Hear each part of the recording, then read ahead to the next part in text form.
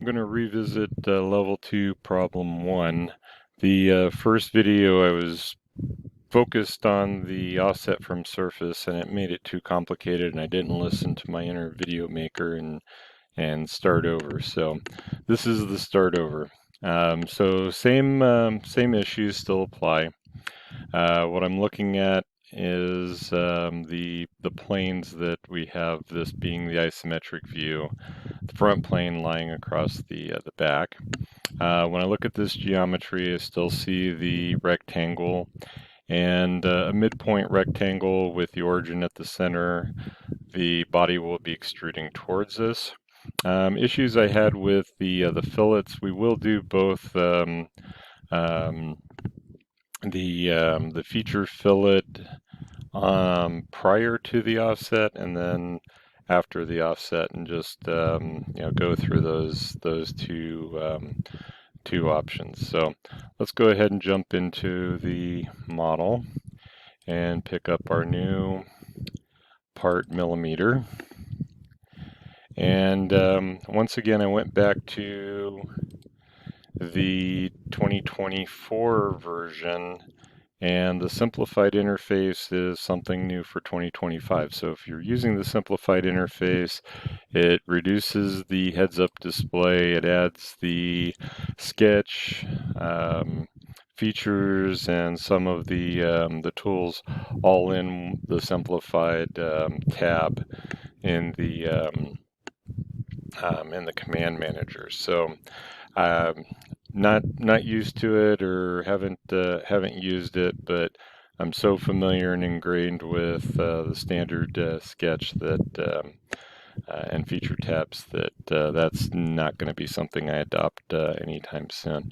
The other thing I noticed with the simplified interface is it does the automatic, drops you in the front plane, start sketching no matter what. All right, so I need to hit the sketch at some point. So we can either do sketch, select the plane, or left click and go into the sketch. We know that we're in the sketch because of the origin switches from blue to red. If you're not seeing the origin, then need to go back and look at the setting up your template. All right, so our rectangle becomes the center rectangle. We have the choice of from corners or from midpoints. So we're looking for that yellow dot to apply coincident to the origin, and we're going to drag out a rectangle. I'm going to roughly pay attention to the size, but um, the overall dimensions are going to be driven once we actually apply the dimensions. So 109 and a height of 31. And we have the geometry in. When you're zooming with the scroll wheel, the zoom point is at the pointer. So if I wanted to see what was going on over here or over here, I'm just going to move the pointer around, and as I'm actuating the scroll wheel, it's going to pull me closer or further away from that point. So it's a kind of a weird way of panning and zooming in and out, but it's pretty fast once you get the hang of it. So we could draw the arcs to do the corner reliefs, but I still think the circles are going to be the fastest. So I'm picking those points, all right, and very quickly it's popping up with the concentric and just doing the click click. All right, when we have those, we can either hit escape or right click and select. Will put us back into our pointer. We're going to use the select, control select, control select, control select. All right, so holding down the control button, first item is in magenta when all four of them. Now yours are probably blue. Again, I want to mention that the magenta shows up better in the videos than the blue. So I changed my color scheme to be more visual. So blue is fine if that's what your screen is showing. Let's go ahead and make those equal, and then we're going to set the dimension. All right, so we're given a radius of 9, but I need to double that because it is the diameter, but I would still like to see it as the radius. So when I right click, that's going to put me into display radius. All right, so I'm seeing a value that is on my drawing and makes sense. All right, let's go ahead with a couple of circles. And was just looking for the coincident to the horizontal center line. Now I'm looking to be coincident with the existing circle. And we're going to go 5 for the inside and 8 for the outside. And our dimension is 9 from the outside edge. Okay, so let's go through the mirror. My habit is to pre-select, so I would select, control select, and then the line or the entity to mirror about. And when I hit it, mirror entities, I get the instant result. That is the fastest way. If we go into mirror entities, this is a little more visual as to what's going on. So I can select the two objects I want to mirror, and then the mirror about is that item, and I see the preview. And then we go ahead and hit the OK. And that gives me all the contours and regions that I need to go through the geometry. So let's extrude, and we're going to make that 3 millimeter. It is coming towards us. And noticed on some of the installations systems that this box doesn't automatically highlight, and I need to go look in the options and see if I can figure out where, if that's a setting or something that is residual. So we're looking for the region. All right, so as you hover over, you're going to see these different highlights. And the main difference between a contour and a region is the contour is going to be a perimeter. So as I highlight those items, and a contour would ignore everything inside of it. Maybe I want to use this sketch, share this sketch for multiple features, but I don't want to generate all of the geometry at once. Well, in this case I do, so when I pick that region, I get the majority of the shapes. Occasionally center lines will participate in selecting regions, meaning that I would have to select more than one, but that is not a big deal.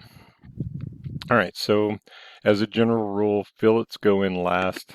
Fillets and chamfers are probably the least critical geometry that you're going to create.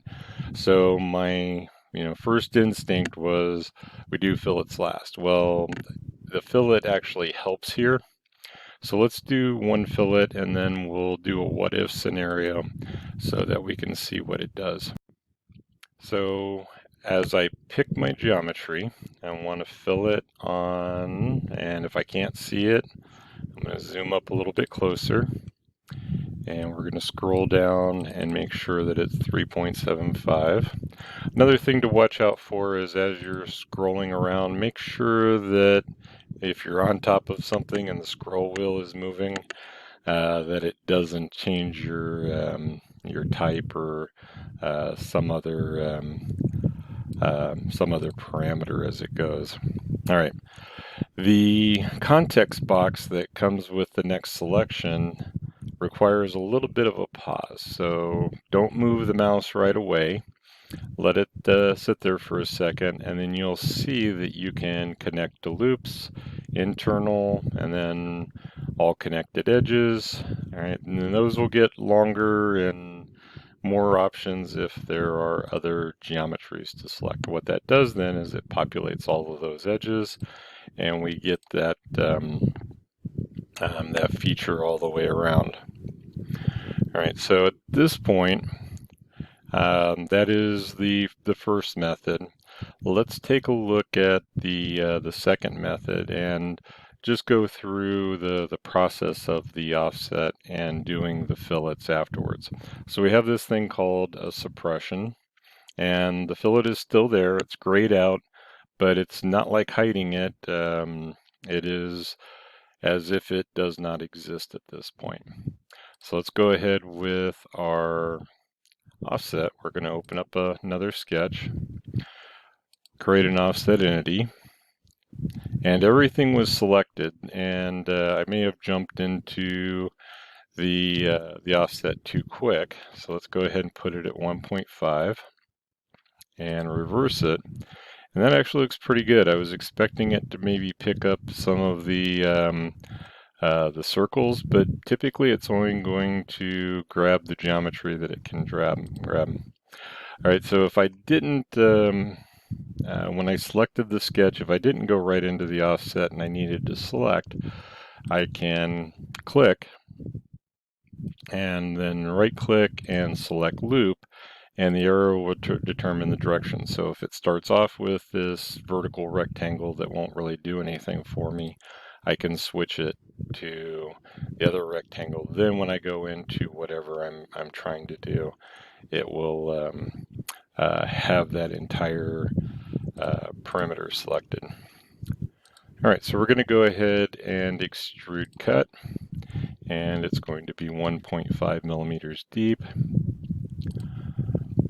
Okay, and on this one then, when we do the radiuses, because I'm having to calculate the inside radius, the other first fillet would automatically, the offset would automatically pull that up. We'll go ahead into the fillet, and I need to do the 3.75, and if it wasn't in there, then I would have to enter it. Notice that the first fillet one had a 10 millimeter in there, so we would pretty much have to overwrite that, but because it was the previous, it just picks it up again. All right, so same thing, we're going to pick that internal. Notice there's a few more items because there's a few more edges that could potentially be filleted. We want all of the verticals to be added, and then we'll go ahead and hit accept. And then we can do the same thing on this side, and we'll go back to the 3.75.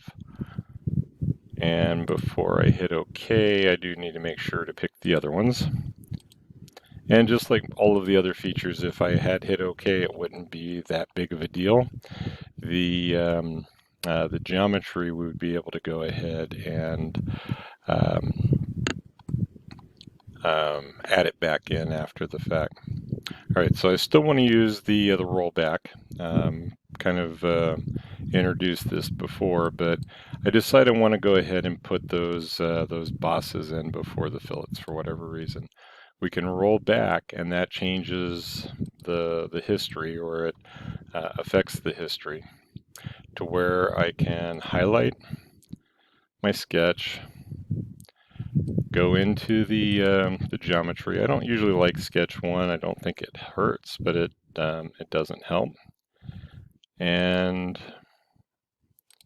let's see, I lost something there. So is it going to let me pick the region? That'll work. All right, so that was what I went back and it picked sketch 1. So maybe that is a placeholder for the geometry. Okay, so I want it to go the other way, and we're going to do the 0.75 on the height this way. And because we're drawing on this face, direction 2 then can be the 2.25 in the opposite direction. All right, so we go ahead and accept, and then that should be 0.75, and just selecting the face, looking at the status bar, that tells me that I'm at the 0.75s. All right, I can roll forward, all of the fillets go back in. I didn't create anything, but it gives me a chance to, rather than dragging these around, it just says put this in before. All right, so let's see what happens with the other fillet. At this point, I'm basically complete on the geometry. Let's go ahead and do the evaluate mass properties. We are at the 5262.8, and the volume is 5263. So if I go back into select and control select the two fillets and suppress them, and actually because of the history, let's talk about the dynamic.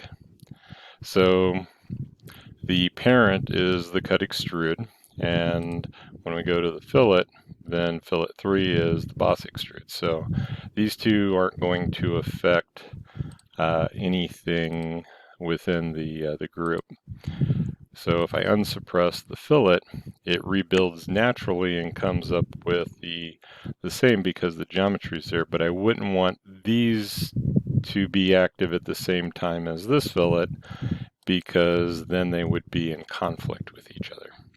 All right, and they do basically the same thing. If we go back into that mask property, same numbers, same calculation. It was just a different way to get there. So when I say that you get to choose, go with your gut instinct that there are going to be many ways to get to the same end result.